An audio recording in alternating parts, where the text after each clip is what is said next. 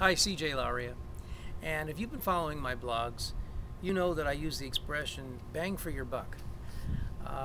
When we talk about real estate investing rehab, you always have to seek to get the biggest bang for your buck because your rehab budget may not be so big.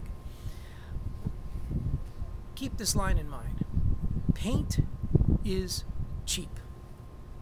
You probably accomplish more for the dollar with paint than with any other application in rehab. Not even probably. I can't think of an exception. Paint does such a good job in improving the impression, that first impression that we give, because it covers your investment. So I wanted to just discuss with you just a couple little tips here. I have more in my training center on this, but I'm just going to give you a little tip for today about paint. Color doesn't cost any more. You want to put a little bit of color into the paint. You don't have to stick with just straight, pure white. It doesn't cost any more, so don't be afraid of color. However, avoid strong color schemes and stick with neutrals. Don't commit to greens, blues, reds, yellows, because your market isn't going to be 100% on board with your color choices. Count on that. So stay neutral.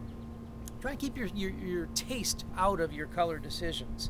And high gloss on the front doors whenever possible. High gloss is good on a front door, especially if the door is in really pristine shape and not all scarred up. If it is all scarred up, drop the gloss down because you don't want to draw out and magnify the imperfections in the door. Ceilings should always be flat finish.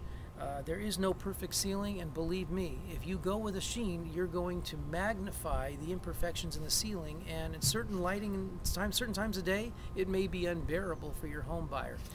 I've got so many more tips about this. Come on back to my training center. Free training. Come and visit us anytime. That's your tip for today. CJ Lauria signing off.